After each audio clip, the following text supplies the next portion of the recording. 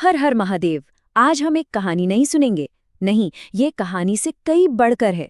ये एक सबूत है भक्ति की उस ताकत का जो आप मानेंगे नहीं, खुद किस्मत को भी बदल सकती है। ये गाथा है महादेव के सबसे करीब, उनके खामोश साथी, उनके दिल के सबसे प्यारे नंदी की।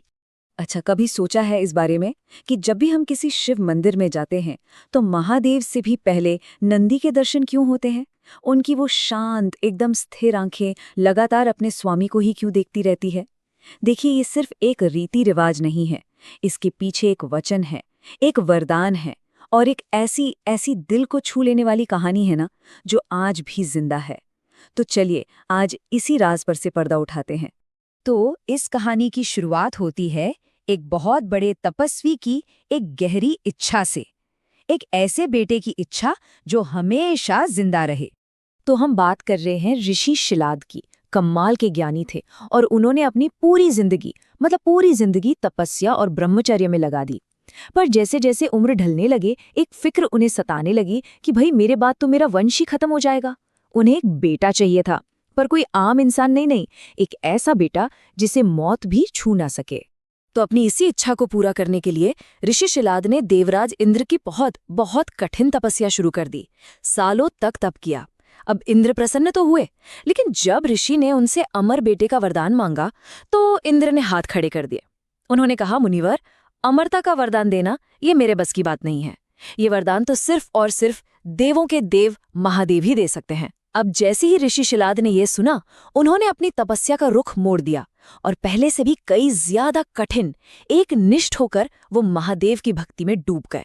शिलाद की तपस्या में इतनी अग्नि थी, इतनी शक्ति थी कि पूरा ब्रह्मांड जैसे तप गया। और आखिरकार करुणा के सागर हमारे भोलेनाथ को तो आना ही पड़ा। कैलाशपति की वो शांत, सुकून देने वाली आवाज गूंजी, शिलाद, आंखें खोलो, हम तुम्हारी भक्ति से बहुत खुश हैं। कहो, क्या चाहते हो तुम? ऋषि शिलाद ने रुंधे हुए गले से अपनी वही इच्छा बताई, एक अमर पुत्र की। महादेव बस धीरे से मुस्कुराए, बोले, तथास्तु, तुम्हें मेरा ही एक अंश पुत्र के रूप में मिलेगा। और फिर जब ऋषि ने यज्ञ किया तो उस पवित्र यज्ञ की आग की लपटों में से एक दिव्य बालक निकला। ओह, क्या तेज था उसमें, सूरज जैसा, और ठंडक चांद जैसी। उस बच्चे को देखकर ऋषि शिलाद की आंखों से खुशी के आंसू बहने लगे और उन्होंने उस प्यारे से देवपुत्र का नाम रखा नंदी।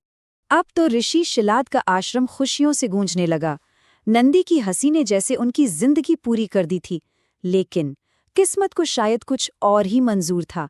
एक ऐसी भविष्यवाणी होने वाली थी जो इस सारी खुशी पर ग्रहण लगाने वाली थी। नंदी कोई आम बालक तो थे नहीं। आप सोचिए, सिर्फ 5 साल की उम्र में उन्होंने सारे वेद शास्त्र सीख लिए। कमाल ही था।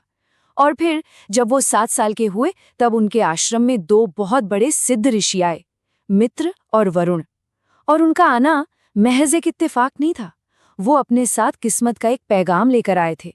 नन्हे नंदी ने उन ऋषियों की सेवा में कोई कमी नहीं रखी, पर जब वो जाने लगे तो उन्होंने ऋषि शिलाद को तो लंबी उम्र का आशीर्वाद दिया, लेकिन जैसे ही उनकी नजर नंदी पर पड़ी वो एकदम खामोश हो गए। उनकी आंखों में दया तो थी, पर होंठ जैसे सिल गए थे। ये देखकर शिलाद का दिल किसी बुरी आशंका से कांपने लगा। उन्होंने बेचैन होकर पूछा, हे मुनिवर, आपने मेरे बेटे को आशीर्वाद क्यों नहीं दिया?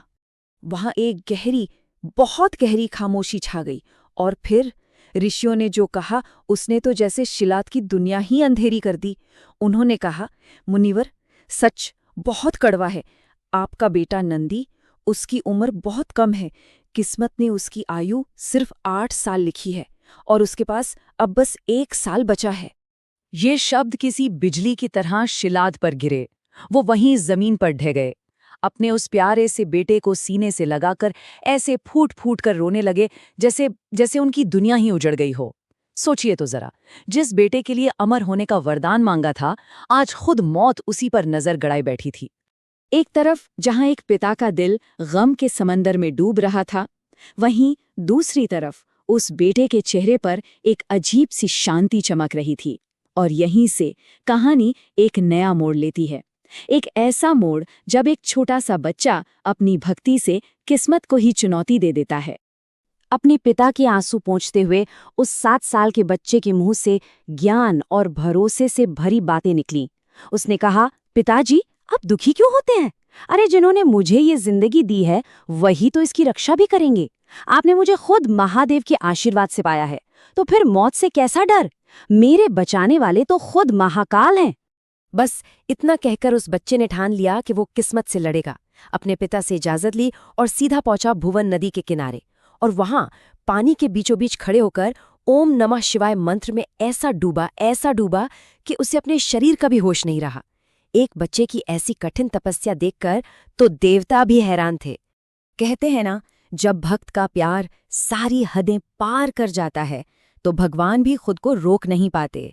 और अब वक्त आ गया था भक्ति के उस महायज्ञ के पूरे होने का। उस नन्हे नंदी के तप की ताकत से तीनों लोग खिल गए और अपने भक्त की पुकार सुनकर खुद भोलेनाथ उसके सामने आ गए। वो उस बच्चे के पक्के इरादे और सच्चे प्यार को देखकर बस मुस्कुरा रहे थे। और अब आता है इस कहानी का सबसे कमाल का पल। महादेव को अपने सामने देखकर नंदी सब कुछ भूल गई। वो अपनी छोटी उम्र भूल गए, मौत का डर भूल गए।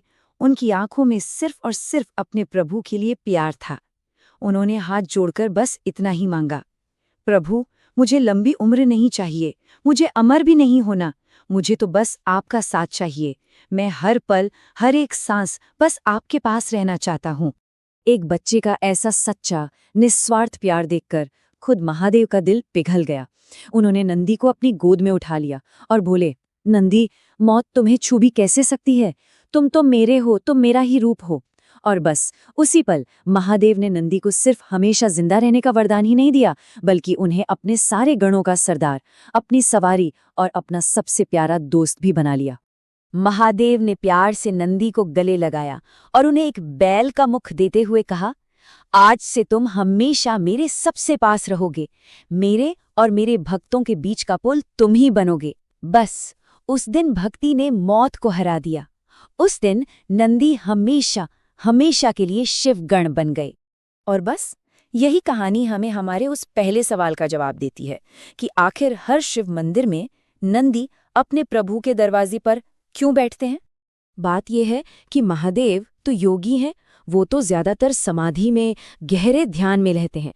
तो ऐसे में उनके भक्तों के दिल से निकली पुकार उन तक कौन पहुंचाएगा? ये जिम्मेदारी खुद महादेव ने अपने सबसे प्यारे भक्त नंदी को दी है। नंदी ही वह पहरेदार हैं, वो पहले सुनने वाले हैं जो हर भक्त की प्रार्थना को ध्यान से सुनते हैं और फिर सही वक्त पर अपने स्वामी तक पहुंचाते हैं।